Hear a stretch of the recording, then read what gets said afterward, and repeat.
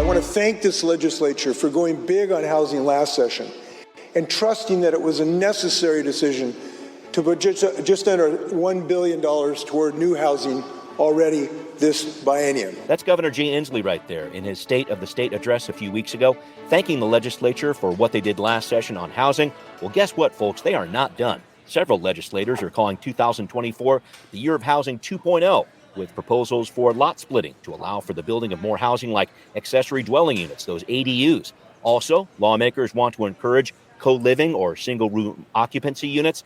There's rent stabilization and a whole lot more. We are going to break down Olympia's work on housing this week on a special Patrons First episode of Seattle News, Views, and Brews, your coffee break political podcast. I'm Brian Callanan. I'm a host on Seattle Channel. The views expressed here are my own, and I am with a very special guest, and that would be Representative Mia Gregerson from the 33rd District down in the SeaTac area. Representative Gregerson, thank you for being on the podcast. How are you doing? Good. How are you today? I am great, and I'm so excited to talk to you about this. I really appreciate you taking the time with us. Also, a big shout of appreciation to our background noise sponsor on the audio podcast, City Grind Espresso on the first floor of City Hall. Thanks also to our show patrons. A shout to Alexandra for recently becoming a patron. And here's the deal, folks. If you can pledge just $5 a month to the show, you can access Patrons First podcast like this one before everyone else, like when I'm talking to local lawmakers like Representative Gregerson. Pretty cool stuff. Patrons, your help is critical to keep this show going. I appreciate the support. Also, a big thanks to Converge Media, the video version of this podcast, most often seen on Converge Wednesday nights at 7. All right, let's get rolling here. Time for Right Here, Right Now. So, full disclosure, folks, I interviewed Representative Gregerson from my most recent City Inside Out show on Seattle Channel. It turned out great. Thank you very much, Representative Gregerson. That was awesome. Appreciate you being involved with that. But there was one part of that interview I couldn't fit into the show, which is why I really wanted to follow up with you on the podcast here. It's this idea that there are three main pillars to the way I think you're approaching our housing crisis: increasing the supply of housing, making sure we have affordable housing, and offering support services. We're going to need 1 million more units in the next 20 years, the state prognosticators say. And I've heard so many critics say, well, hey, the answer is just increase supply. The housing crisis will work itself out. Or you might have some advocates who are saying, put a lot more money into services and we'll be fine. I just want to talk about your big picture approach to housing and these three pillars, if I can call them that, of support services, affordable housing, and increasing supply. It almost seems like you take one of those pillars away, this thing's going to fall down. Yeah, you're absolutely right. And we're coming at it from all three ways this year. I'm sure you're seeing, as we're getting ready to have policy cutoff, the flurry of energy. Right. I know that we have a investigator from the New York Times here today, really wanting to hear more about our rent stabilization bill. And that's cool. As you know, for every $100 rent that goes up, 9% of people become, houseless or homeless. And so we really just need to make sure we're really thoughtful about raising rent, especially as we have an aging population. And I think, we're seeing it affect our mobile home communities too, all across the state. So lots and lots of issues related to both housing supply and affordability. And then services. In Tukwila, we have lots of people who are looking for a place to live, but they need lots of services to get their applications with the immigration so they can get to work. There's so many different pieces here, and I appreciate you mentioning the cutoffs there because the 31st of January is a big one to make sure that bills keep going on. But we'll keep track of that. I'm going to throw out a bunch of bill numbers today, and hopefully we'll track as many as we can, and we'll see where they land in the next coming weeks here. I wanted to get into House Bill 1998 with you, this co-living bill you're sponsoring, because I was very interested in this. This would encourage the building of more single-room occupancy units or co-living units. I know these SROs or co-living, whatever you want to call it, it's been around for a while, but this concept seems to be getting a fresh look and maybe some new momentum in Olympia. Can you explain what's going on with this? Yeah, so co-living is really great. And sometimes people think of it as a single residency occupancy, as you talked about. But in a lot of ways, I'm co-living with my mom. And we just need to make sure that we convert as many buildings and as many homes to opening it up for people to be able to live. As people are aging, they don't need as big of a space, but they also don't need a full kitchen. They might need their own private bathroom, but they don't need a full kitchen. And so this is where you really can customize these places too, depending on the types of people where they're living.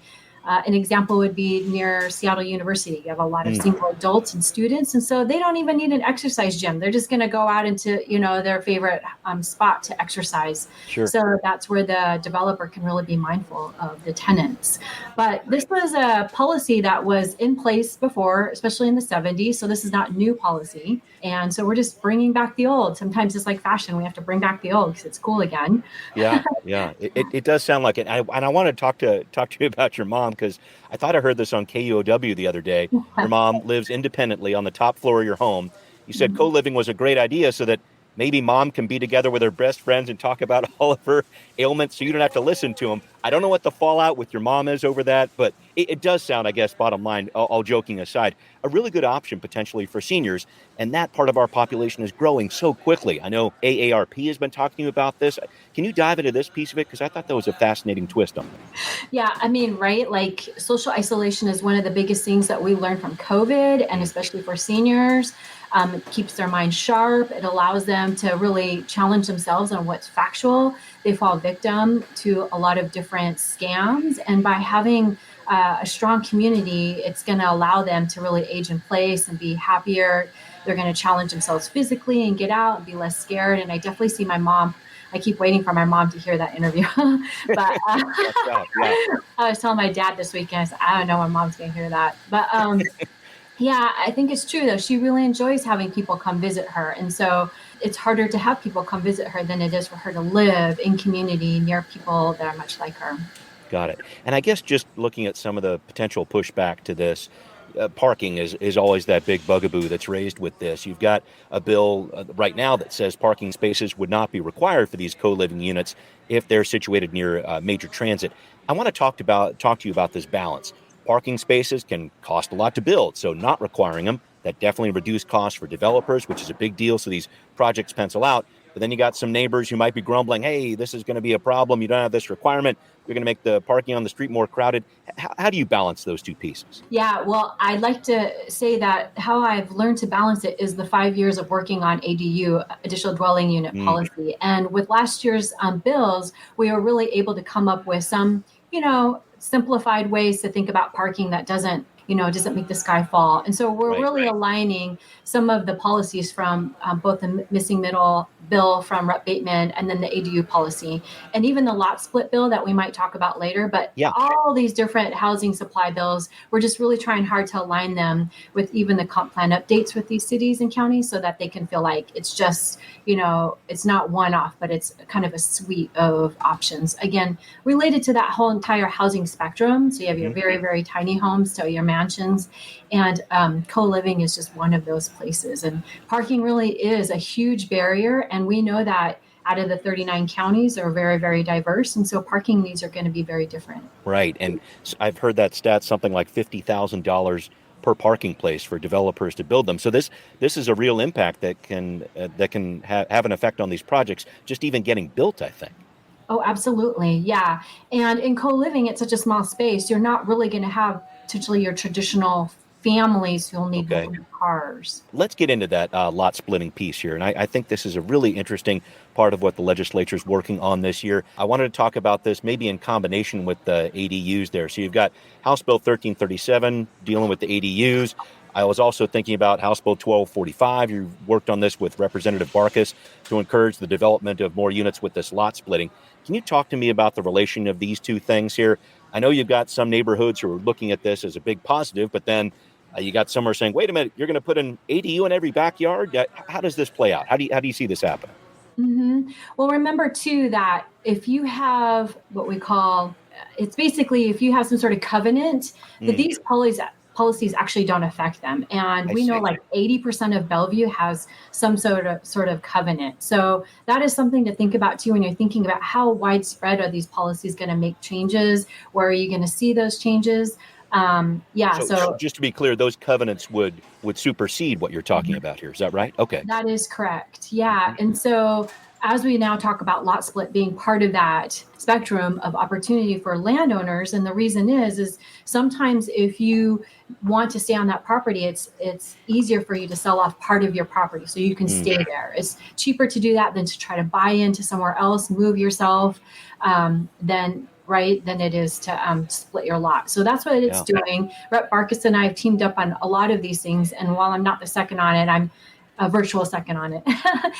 Because we really do believe that this is a great option for people for wealth building. And I think that the folks like, let's say our friends in Mercer Island are the most worried about this. They have very large lots.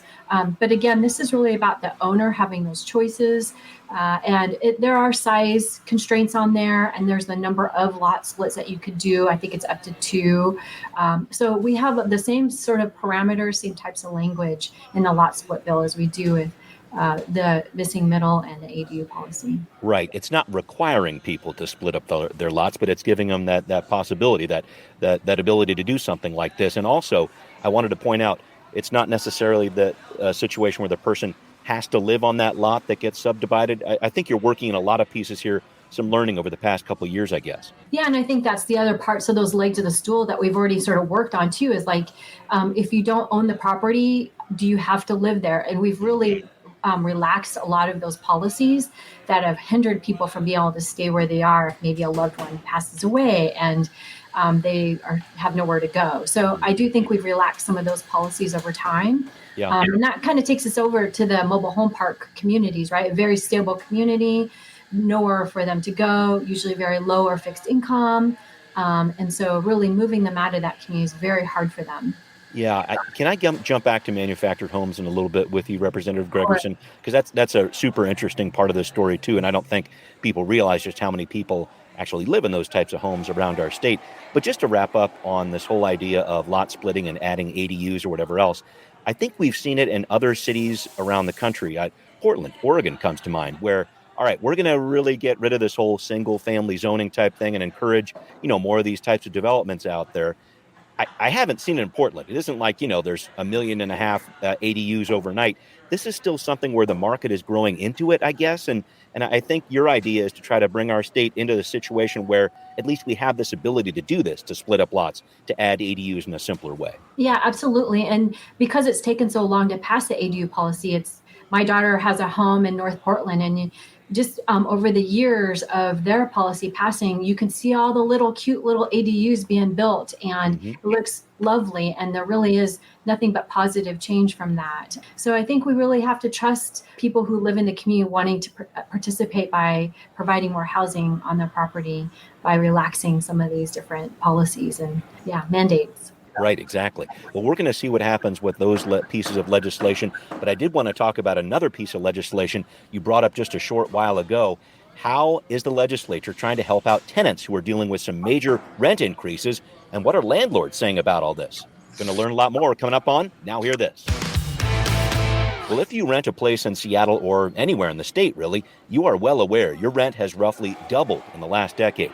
The state legislature is working on that issue with a rent stabilization bill, House Bill 2114, Senate Bill 5961, such that rent increases would be limited for a tenant to 5% per year. And there will be a 6-month notice required from landlords for any rent hike over 3%. Well, I talked with the Rental Housing Association of Washington about these proposals a few days ago on Seattle Channel.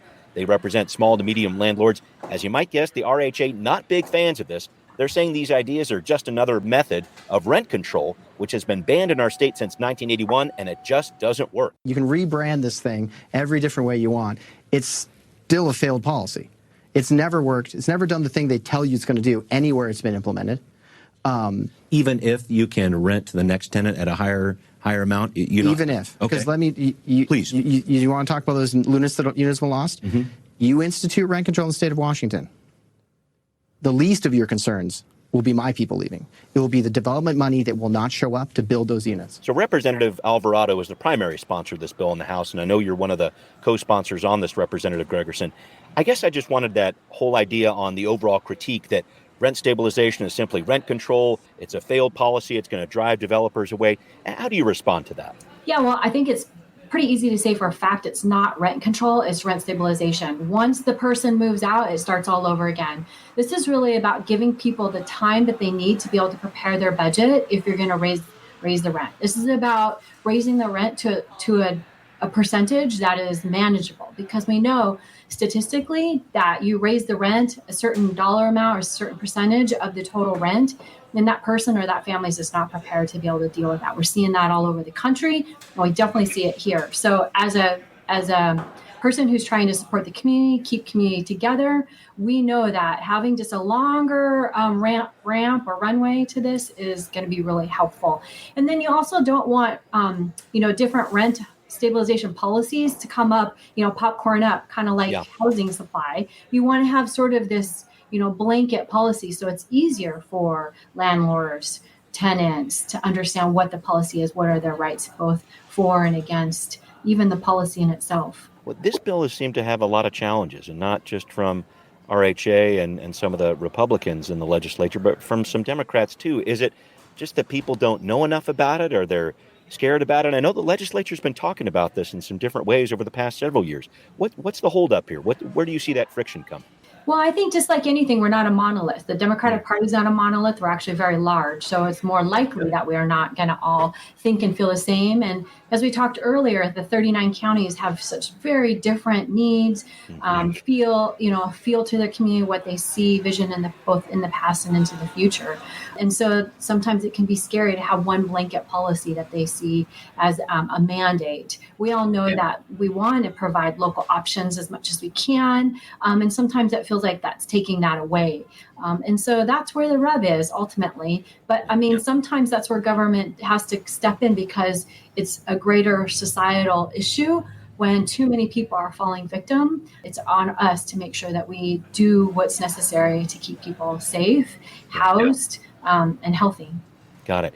And in terms of, I wanted to come back to this whole idea of cities that are right now going through their comprehensive plan update. This happens every 10 years. Seattle's going through it. Everybody's going through it. And I think that some of these cities are saying, whoa, hold up here. You're giving us too many things at once to try to work into our comprehensive plan, which is complicated enough as it is already, and we can't put this in place because we've been working on this for 10 years. Can you debunk some of the myths around that? Because I want to make sure that we're straight on this. I think some cities are dealing with this, and yes, the state is working on a lot of different housing issues right now, but I think there's also some understanding that the stuff the state is doing can be implemented over a period of time. Can you help me with that piece, please? Sure. So a lot of the policies do work in partnership or in tandem with the Department of Commerce, so that some best practices are being built.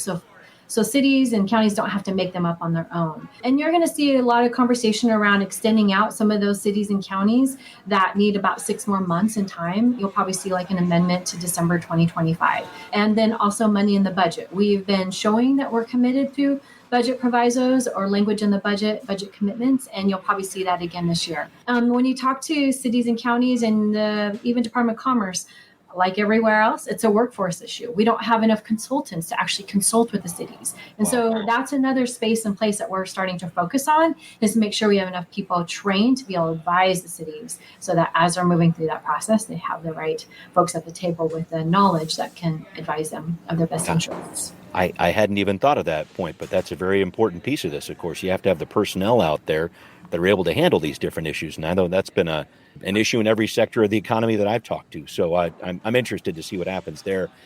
Can I jump back to that whole idea about manufactured homes? Because I talked to you about this when I spoke with you last week. And I think this House Bill 2421 that you've been dealing with here, helping people who live in manufactured homes, mobile homes, I didn't realize this, but about 250,000 people live in this kind of housing statewide.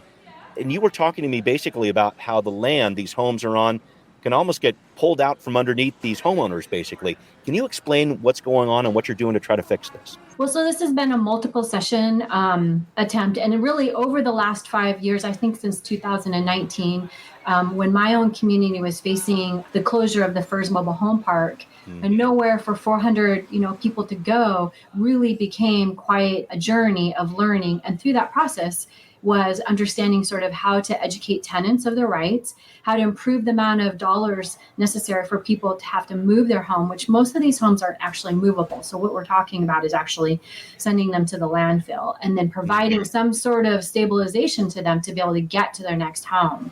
So that's kind of the journey. And sometimes it takes longer than a year. So in the base policy was you have 12 months from the time that the owner tells you that they're going to change the use of the property to leave.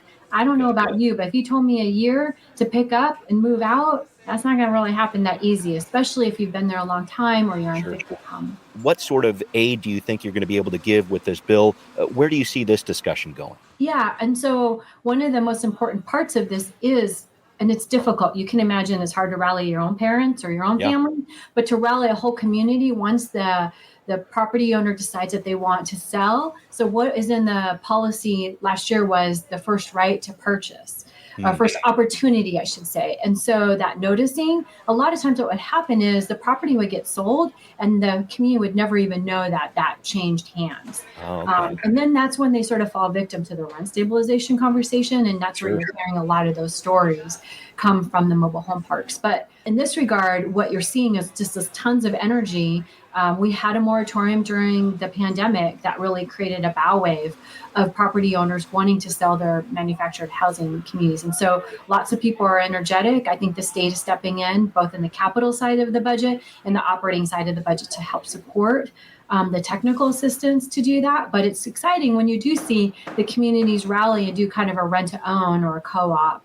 And again, this is about wealth building. It's about stability. Yeah, it really fits all three of those legs of the stool. Okay. And so it's a situation where they could potentially purchase that part of the land where their manufactured home is on. Is that what this bill would help them do? Yeah, and the bill this year is a little bit of a trailer bill to that, just a little bit of cleanup. Sometimes when you do something as big as that, you I have see to what have you did with trailer bill, though. That was good. That was good. Keep it going.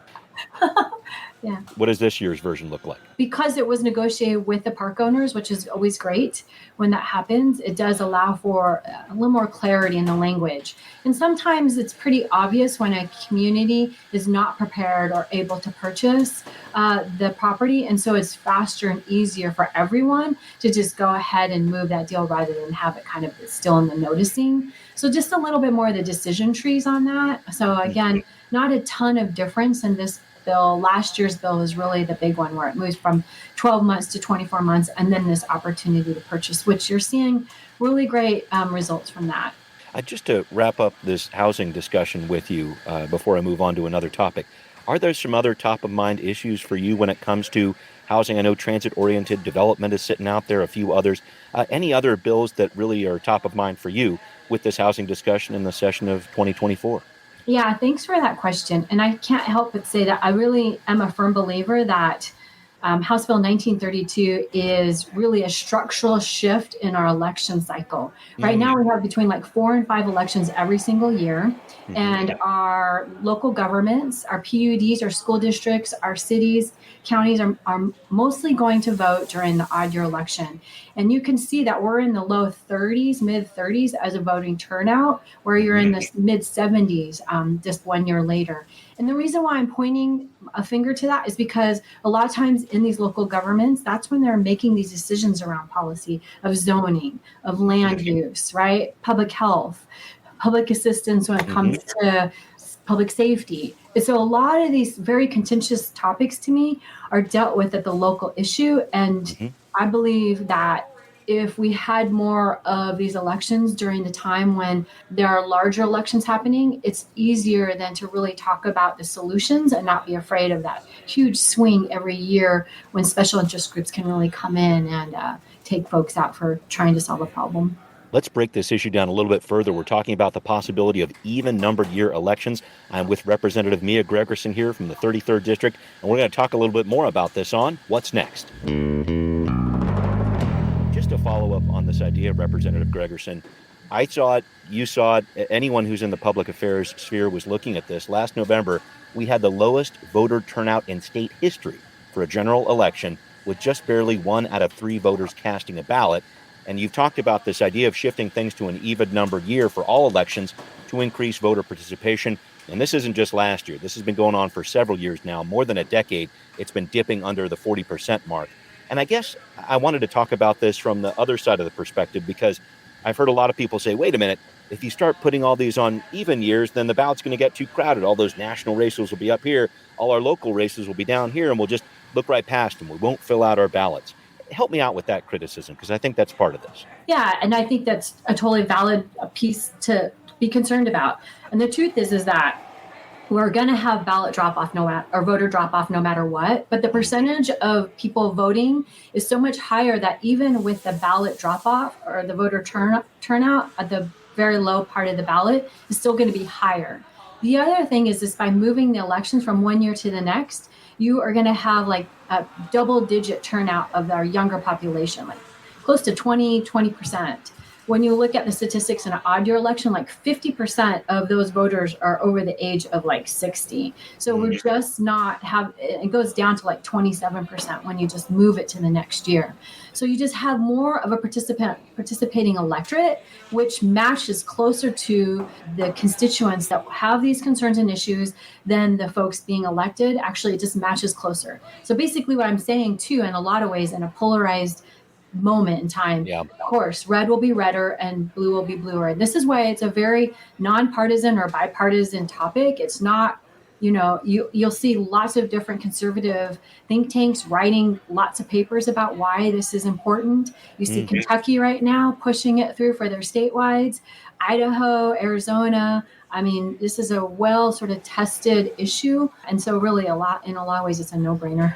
Does it in any way put those local elections down a step? I want to elevate them just in terms of my work. I want to make sure that people are paying attention to these ideas and maybe paying only attention to these ideas. I have a tough time getting people to pay attention sometimes. I know you do too. But just this idea of not having their own special election on their own special year, I guess that's the grumpy old man in me coming out. But I sense that too. I don't know. No, I hear you. Coming from a SeaTac City Council race, and you're doing everything you can to motivate people to vote, just vote. And you're just kind of talking to a blank wall, right? People are busy, especially in an August primary.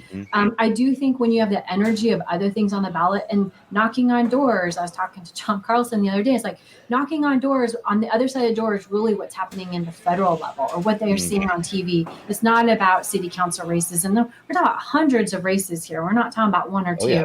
And the other part about this is that this is an opt-in only policy. Right. So in our lifetime, we're probably going to see less than like 30, right, even happen because it's going to have to go through that process. And so the community is going to weigh in. It's a lot like fireworks. You're either going to do like a councilmanic thing or you're going to put it on the ballot or probably a combination of both. So we're not talking like an overnight sweeping changes. So even talking to the auditors, they just really want to see it in a pilot project way. And I do feel like the way the bill is situated, that they'll be able to take it on very small bits at a time. Yeah, and just final thoughts to wrap up here. I guess the bottom line for you, it always is for me, certainly a big reason why I started this podcast, is to get people more engaged. When you saw those numbers down where they were last year for the general election, what went through your mind, just as we wrap up here, and in terms of the importance of getting people galvanized, get involved in what's happening around them, all these different pieces of legislation, et cetera, that affect their lives so personally? Right. And no, I'm a firm believer, and it kind of comes back all the way back to the mobile home park work. It's like, until you're in pain, like your community is about to close, you do not become part of the process. Right. And so when we're trying to like shake the tree to get people to get engaged and vote for your favorite school board member, right, you can spend lots of money. People are just not seeing it. But when you start having, whether it is a partisan issue or not, or a value situation, or a lot of money coming in with very similar topics, I think it does energize everyone to be like, oh, this is the year to vote, instead of 4 or 5 times every couple months. Now we're really taking that time. The other part of it is then that off year can be spent in voter education. It can be spent in updating the voter rolls. It can be spent in, engagement and learning about the issues, instead of just always this clip of, okay, who's campaigning now? Right, right. I don't know. I think it's an experiment worth it. I see it all over the country. Again, if it gets more people voting to tell us what they want, I believe that that's a much more responsive electorate. All right. Well, thank you so much, Representative Mia Gregerson, the Democrat from the 33rd District. I really appreciate you joining me here. I really always love talking to you. Back at you. And thanks, everybody, for listening to Seattle News, Views, and Brews, where you can always find out what's brewing in local politics. Thanks especially to the patrons who support the show. You get this Patrons First podcast before anybody else. Good for you. Thanks a lot for your help. This podcast is on Apple, Spotify, wherever you listen. Please find Seattle News, Views, and Brews on Patreon. Show your support there. Thanks for watching on Converge Media 2. We'll see you next time. Seattle News, Views, and Brews is an independent production of Callanan Media Services. Copyright 2024.